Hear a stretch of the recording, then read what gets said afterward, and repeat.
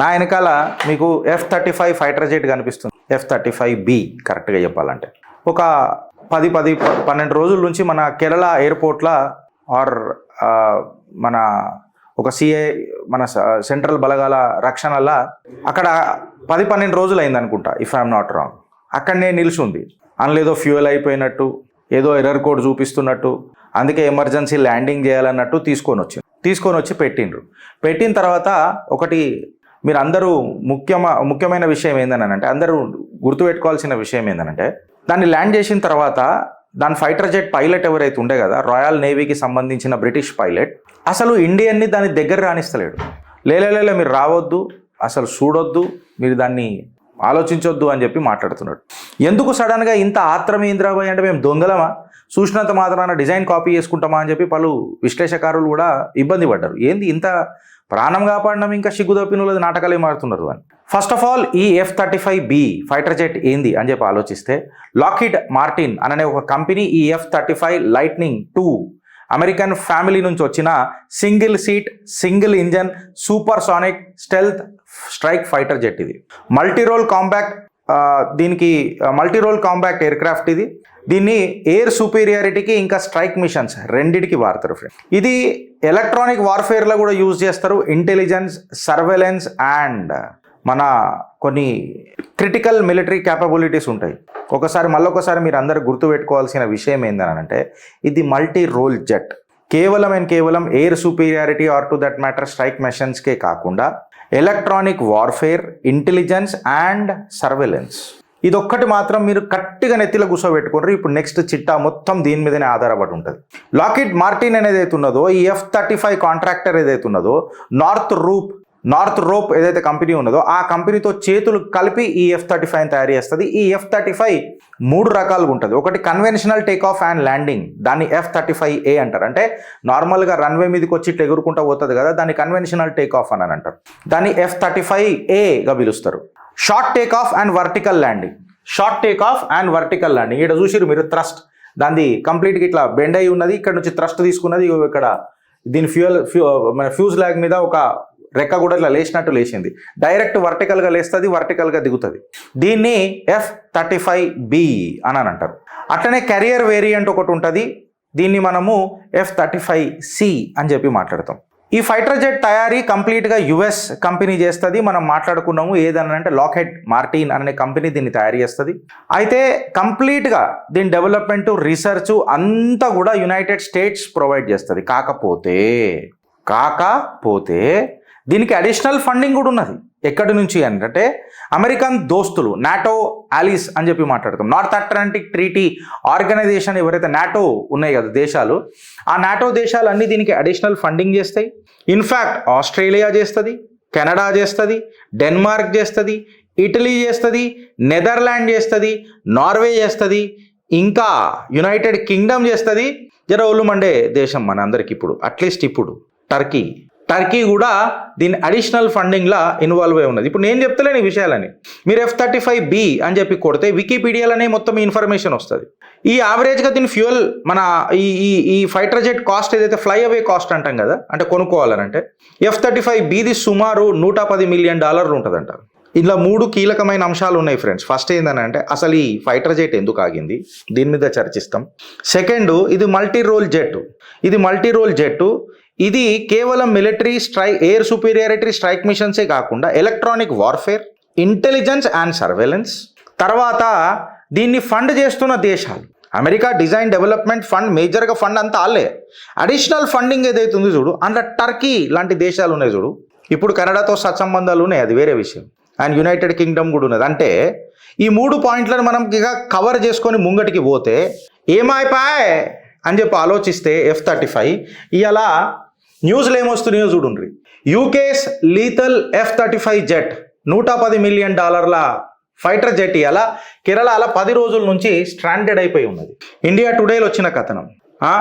United Kingdom says F-35 stranded in Kerala to be move to local airport facility for repairs. అంటే మొన్నటి దాకా fighter జెట్ని ముట్టుకోవాలనంటే కూడా ముట్టుకోవద్దు అని చెప్పి ఏమంటారు హెచ్చరిక జారీ చేసిన యునైటెడ్ కింగ్డమ్ బ్రిటిష్ ఈరోజు భారత్ యొక్క లోకల్ రిపేర్ సెంటర్కి, అంటే ఫ్లైటర్ లోకల్ రిపేర్ అంటే మన గ్యారేజ్లు కావు, బయట ఉండే గ్యారేజ్లు కావు, ఆ ఫైటర్ జెట్లు రిపేర్ చేసే గ్యారేజ్, ఓవరాలింగ్ సెంటర్స్, అక్కడికి పంపించడానికి నిర్ణయించింది అని అంటే దాని మీద చర్చ జరగాలనా వద్దా?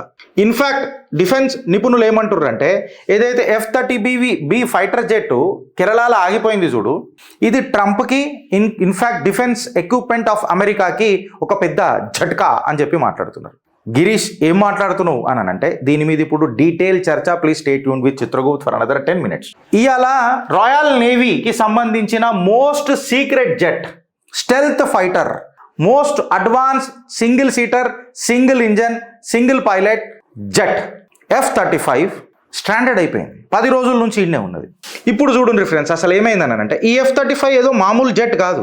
ఇది British aircraft carrier Indian ఓషన్లో ఏదో డ్రిల్ చేస్తుంటే అక్కడి నుంచి లేచి సడన్గా ఫ్యూయల్ ఆగిపోయి టెక్నికల్ ల్యాగ్ వచ్చిందని చెప్పి, టెక్నికల్ ప్రాబ్లం వచ్చిందని చెప్పి భారత్లో ఎమర్జెన్సీ ల్యాండింగ్ కోరుతుంది. భారత్ వాళ్ళు సరే మళ్ళా దించుకో, నీ ప్రాణం ఎందుకు కొట్టుకుంటావు అని చెప్పి చెప్తారు. చెప్పిన తర్వాత దిగుతుంది. దిగిన తర్వాత ఊసే ఉండదు. ఆ పైలట్ ఏమో మన ఇండియన్స్ని దాని దగ్గరికి రానియాడు, ఎవరిని రానియాడు. అలాగే దాన్ని ఇంకా కొంచెం డీటెయిల్గా పోయి చూస్తే ఒక సెక్యూరిటీ గార్డ్, మన సిఐఎస్ఎఫ్ జవాన్ దాన్ని కాపలా కాస్తూ ఉంటాడు. అంటే భారత్ అనేది పార్కింగ్ ఆరా మీ అందరికీ అనేది ఇవాళ ఒక మెసేజ్ భారత్ ఇవ్వాలన్నా వద్దా? ఇన్ఫ్యాక్ట్ నా భారత్ ఇస్తుంది ఇట్లాంటిది. సీన్ కట్ చేస్తే మీకు అర్థమవుతుందా ఫ్రెండ్స్? రాయల్ బ్రిటిష్ నేవీకి సంబంధించిన ఈ ఫైటర్ జెట్ ఇండియన్ ఓషన్ మీదిగా ఎగురుతుంది అని అంటే దీన్ని మన రేడార్స్ జామ్ చేసేసినాయి. ఈ స్టెల్త్ ఫైటర్ జెట్ అసలు ఫస్ట్ ఆఫ్ ఆల్ రేడార్లకు దొరకొద్దు. మన రేడార్లు జామ్ చేసేసినాయి అంటే మన రేడార్లు ఎంత ఖతర్నాక్ ఉన్నాయో అనేది అర్థం చేసుకోండి. బోలో భారత్ మాతాకి జై. ఇప్పుడు ఇలా 2 క్వశ్చన్స్ వస్తాయి. కేవలం డిటెక్ట్ చేసినందుకు వీళ్ళకు పుచ్చలు వలిగిపోయి భయమై వీళ్ళు దిగినరా, లేక మన రేడార్ ఏదైతే ఉందో దీని కంట్రోల్స్ని జామ్ చేసి పడేసిందా? జామ్ చేయగానే సమజ్ కాక వీళ్ళు దిగినరా? First question. అంటే ఇవన్నీ డౌట్సే, ఇప్పటికి ఇంకేం రాలే. సో నీ భారత్ సామర్థ్యం ఎంత పెరిగిందని అంటే ఒక స్టెల్త్ ఫైటర్ జెట్ లాక్ చేసేసిందా? ఇది భారత్ ఫేవర్లో వస్తుంది. ఇంకొకటి, ఇండియన్ ఓషన్ పైన ఎప్పుడైతే British navy air craft carrier drill చేస్తుందో అందులో ఈ ఫైటర్ జెట్ ఏదైతే మన రేడార్కి దొరికిందో అంటే మన మ్యారిటైమ్ షిప్స్ ఏవైతే ఉంటాయో కమర్షియల్ షిప్స్ ఇవన్నిటివి ఏమన్నా ఫోటోలు తీస్తుందా? ఇది నెగిటివ్ కూడా మాట్లాడుకోవాలి కదా. ఫోటోలు తీస్తుందా? భారత్ యొక్క రేడార్లు ఎంత ఖతర్నాక్ ఉన్నాయో అనేది ఒక బిస్కెట్ వేసి చూసిందా? ఇట్లాంటి ప్రశ్నలు కూడా వస్తాయి. కీడేంచాలా, మేలేంచాలా, రెండేంచాలా? ఈ క్వశ్చన్ నీకు ఎందుకు వచ్చింది గిరీష్ అని చెప్పి చెప్తే, ఈ ఫైటర్ జెట్ల 2 కీలకమైన అంశాలు ఉంటాయంట. ఒకటి ఆలిస్, ఇంకొకటి ఆడిన్ అని చెప్పి చెప్తారట. ALIS and ODIN. ఆలిస్ అంటే ఆటోమేటెడ్ లాజిక్ ఇంటిగ్రేటెడ్ సిస్టమ్సో ఏమో ఇట్లాంటిది ఏదో ఉన్నది. ఆటోమేటెడ్ లాజిక్ ఇంటిగ్రేటెడ్ సిస్టమ్సో ఆలిస్ అనేది ఉన్నది. మీరు గూగుల్ చేస్తే తెలుస్తుంది. జస్ట్ ఇప్పుడే మర్చిపోయినా నేను ఆ టర్మినాలజీ. ఇంకొకటి ఆడిన్, operating data integrated network అనంట ఆడిన్.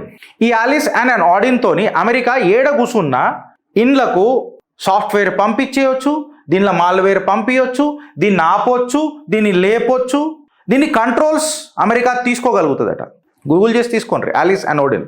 So ఇప్పుడు America Bharat post operation Sindoor తర్వాత ఇంతగానం సామర్థ్యత ఎట్లా పెంచుకున్నది భారత్ అని ఒక టెస్ట్ చేయనికే ఫస్ట్ ఆఫ్ ఆల్ ఈ ఫైటర్ జెట్ది పెద్దగా రేంజ్ ఏమి ఉండదు, అంటే ఫ్యూయల్ పెద్దగా ఏమి ఉండదు. షార్ట్ కాంపాక్ట్ ఆపరేషన్స్కి యూజ్ చేస్తారు. దీని రేంజ్ 2000 to 200 kilometers అనేమో అంటున్నారు according to Wikipedia. So fuel తక్కువ పెట్టి రేడార్లకు లేదా మన రేడార్లు దీన్ని జామ్ చేసేయగానే ప్యాక్ అయిపోయిందా, లేక మన భారత్ యొక్క సామర్థ్యాన్ని గుర్తుపట్టనికే అమెరికా ఒక బీజం నాటిందా, విష బీజము నాటిందా? అది అలా భారత్కి పట్టుడు పోయిందా అన్నది ఒక పెద్ద క్వశ్చన్ మార్క్. అయితే అమెరికా ఆలిస్ అండ్ ఓడిన్ నెట్వర్క్లు యూజ్ చేసి ఇంట్లో ఈ ఫైటర్ జెట్ని పంపించేసి దీన్ని ఆపొచ్చు, దీన్ని లేపొచ్చు, ఇంట్లో ఏమన్నా వైరస్ క్రియేట్ చేయొచ్చు. సో ఆ బగ్ క్రియేట్ చేసి అసలు ఈ ఫైటర్ జెట్ మూవ్ కాకుండా పరేషాన్ పట్టిస్తుందా? అంటే ఒక British and to that matter America ఈ 2 కలిపి భారత్ని ఇబ్బంది పెట్టే ప్రయత్నం చేస్తున్నాయా అని మాట్లాడితే 1 రోజు మజాక్, 2 రోజులు మజాక్, 3 రోజులు మజాక్, 4వ రోజు నుంచి భారత్ అప్రమత్తం అయిన తర్వాత మన డిఆర్డిఓ, మన రా ఇంటెలిజెన్స్ ఏజెన్సీస్ ఇంకా ఎక్సెట్రా రక్షక బలగాలు ఉంటాయి కదా, దీని మీద రీసెర్చ్ చేసుడు మొదలెట్టినాయి. ఎస్పెషల్లీ మన ఇస్రో కూడా. అయితే ఒక రూమర్ ఏమొస్తుందంటే దీని ఫ్యూయల్ ట్యాంక్ ఉంటుంది కదా ఫ్రెండ్స్, ఫ్యూయల్ ట్యాంక్లో మన బియ్యం గింజే అంత చిప్ ఉన్నదంట ఒకటి. ఇది ఇప్పుడు థర్మల్ ఇమేజింగ్, ఇన్ఫ్రారెడ్ ఇమేజింగ్లలో కథలు వస్తున్నాయి తప్ప ఇది ఆధారాలు అయితే లేవు నా దగ్గర. Let me be very frank with you. ఎందుకంటే అంత క్లాసిఫైడ్ ఇన్ఫర్మేషన్ గిరీష్ గారి దగ్గర రాదు, బట్ ఇది రూమర్ వస్తున్నది ఇట్లా. సో దీని అయానిక్ సిస్టమ్స్ అనేది ఉంటుందంట. ఆ ionic systems and fuel tank మధ్యలో పెట్టి ఇది చాలా ఘాతక్ చిప్ అంట. అంటే మన రేడార్స్ని జామ్ చేసే కెపాసిటీ ఉంటుందంట, చుట్టుపక్కల ఉన్న ఇంటెలిజెన్స్ గ్యాదర్ చేసే కెపాసిటీ ఉంటుందంట, సర్వలెన్స్ చేసే కెపాసిటీ ఉంటుందంట. అందుకే నేను దీన్ని ఏమన్నా చెప్పేటప్పుడు ముద్ద గుర్తు పెట్టుకోండి, ఇది మల్టీ రోల్ జెట్. ఇంటెలిజెన్స్కి వాడతారు, సర్వేలెన్స్కి వాడతారు, కాంపాక్ట్ ఆపరేషన్స్కి వాడతారు. సో ఇప్పుడు అమెరికా భారత్ యొక్క సామర్థ్యతను అండ్ టు దట్ మ్యాటర్ ఎఫెక్టివ్నెస్ని, ఎఫిషియన్సీని మ్యాప్ చేయనికే దీన్నాడ కూర్చోబెట్టిందా అన్నది ఒక పెద్ద ప్రశ్న. మళ్ళీ ఆ చిప్తో ఈ రేడార్లు ఏం చేయాలని అనుకుంటుంది? భారత్ సిస్టమ్స్ తెలుసుకోవాలనుకుంటుందా లేదా జామ్ చేయాలనుకుంటుంది? రక్షక బలగాలు డైరెక్ట్ దిగిన తర్వాత ఏమవుతుంది అని చెప్పి చూస్తే ఆల్ ఆఫ్ ది సడన్ ఈ ఆలిస్ ఆడిన్ అనే ఏదైతే నెట్వర్క్ ఆపరేటింగ్ సిస్టమ్ ఉంది కదా దీన్ని కంప్లీట్గా ఒక మాల్వేర్ పంపించేసి, ఒక ట్రోజన్ పంపించేసి మన రేడార్లు జామ్ చేసే కెపాసిటీ కూడా ఉందని అన్నట్టు విశ్లేషకారులు మాట్లాడుతున్నారు. భారత్ దీని మీద ఉక్కుపాదం మోపనికి సిద్ధమైంది. ఏం మజాక్ అవుతుందా అని చెప్పి యూకేని అడగడం మొదలెట్టింది. యూకే మెమ్మే పెప్పే అనుకుంటా చేతులు లేవట్టుడు మొదలెట్టేసింది. ఈ టైంలో ఏవైతే మనము ఇస్రో, రా అండ్ డిఆర్డిఓ కీలకమైన అంశాలు మన ఆ ఇమేజింగ్ ఏదైతే ఉందో అవి తీసుకున్నారో, దీని లోపలికి ఛేదించుడు మొదలెట్టినరో, ఇక గ్రేట్ బ్రిటన్ దగ్గర ఇంకేం ఆప్షన్స్ లేవు. ఆప్షన్స్ లేక చేతులు ఎత్తి భారత్కి సరెండర్ అయిపోయింది. సరెండర్ అయిపోయినప్పుడు అమెరికా చేతులు ఎత్తేసింది. ఎందుకు చెప్తున్నానంటే ఫ్రెండ్స్, ఇంత స్టెల్త్ ఫైటరు, ఇంత కీలకమైన ఫైటర్ జెట్టు పొరుగు దేశంలో అన్ని రోజుల నుంచి ఉన్నది అని అంటే అమెరికా గ్లోబ్ మాస్టర్ని పంపించి దీన్ని ఎయిర్ లిఫ్ట్ చేపించేస్తుంది. అట్లెట్లా ఉండొద్దు అని చెప్పి ఫస్ట్ తీసుకొని పోతారు. అట్లాంటిది 10 రోజుల పాటు ఆడనే ఉంచిర్రు అని అంటే ఒక క్రిమినల్ కాన్స్పిరసీ భారత్ మీద జరుగుతుందా లేదా? ఏదైతే దేశం భారత్ని గులాం చేసుకుందామని అనుకుందో, గులాం చేసిందో, ఇండిపెండెన్స్ ఇవ్వకుండా మనని ఒక ఇండివిజువల్స్ లెక్క ట్రీట్ చేయకుండా, మనకి ఇండిపెండెన్స్ ఇవ్వకుండా మనని ఇబ్బంది పెట్టే ఆ దేశం ఏదైతే ఉంటుందో, ఇక నేను దేశం పేరు తీసుకోదలుచుకోలే, ఇవాళ దాని మిత్రపక్షం కలిసి భారత్లో ఏదైనా స్పై ఆపరేషన్ చేస్తున్నారా అనేది ఒక క్వశ్చన్ మార్క్ వస్తుంది. ఎందుకంటే వీళ్ళు సుఖమైన వాళ్ళు ఏం కాదు. సిరియాలో ఉన్న వాళ్ళకు టెర్రరిస్టులు టైగట్టంగానే వాళ్ళకు పక్క కూర్చోబెట్టుకొని ఛాయలు తాగిపిస్తున్నారు. ముల్లా మునీర్ గారికి లంచ్ తినిపిస్తున్నారు. పాకిస్తాన్కి IMF నుంచి పైసలు ఇప్పిస్తున్నారు. ఆపరేషన్ సింధు తర్వాత ఈ ఘటనలన్నీ జరుగుతున్నాయి. అండ్ భారత్ మీద శాంక్షన్స్ పెట్టడానికి ప్రయత్నం చేస్తున్నారు. ఆ తరుణంలో ప్రతి అడుగు మనం అనుమానాస్పదంగానే చూడాలన్నా వద్దా ఫ్రెండ్స్? నేను మిమ్మల్ని అడుగుతున్నా, మీ కామెంట్ రూపంలో చెప్పండి. అంటే ఇందులో మళ్ళీ 2-3 అంశాలు ఉన్నాయి ఫ్రెండ్స్. Assumptions, apprehensions. ఏందనంటే అమెరికన్ టెక్నాలజీ గింత చిల్లరా ఇంత పెద్ద స్టెల్త్ ఫైటరు గిట్లా ఆగిపోయింది. $110 million stealth fighter.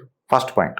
Second point, ఈ స్టెల్త్ ఫైటర్ గిట్లా భారత్ కొంటే రేపటి దినము ఈ ఆలిస్ ఆర్ ఆడియన్స్ నెట్వర్కింగ్ ద్వారా వాడు దీని ICUలో దగ్గరికి వెళ్ళిపోయి ఎయిర్ క్రాఫ్ట్ని అమెరికా వాడు ఎప్పుడైనా జామ్ చేసేవచ్చు. పాకిస్తాన్తో మనము ఎప్పుడైతే యుద్ధం బాంబేద్దామని చెప్పి ఆకాశంలో పోయినప్పుడు దీన్ని అగర్ కూడా నెట్వర్క్ జామ్ చేసి పడేసిండు అనుకో అమెరికాలో కూర్చొని, అప్పుడు మన పైలట్ల పరిస్థితి ఏంది, యుద్ధం పరిస్థితి ఏంది? Second point. థర్డ్ పాయింట్, 10 రోజుల పాటు ఒక అత్యంత స్టెల్త్ ఫైటర్ జెట్ భారతదేశంలో ఇవాళ ఉన్నది అని అంటే, భారత సామర్థ్యం తెలిసిన తర్వాత, భారత్ ఎఫిషియన్సీ తెలిసిన తర్వాత, భారత్ కాంపిటెన్సీ తెలిసిన తర్వాత దీన్ని భారత్లో పెట్టిర్రనంటే మళ్ళీ దాన్ని ముట్టొద్దు అని చెప్తున్నారు అనంటే. అయితే ఇలా కొన్ని కీలకమైన అంశాలు జరిగినాయి ఫ్రెండ్స్. ఏంది తెలుసా?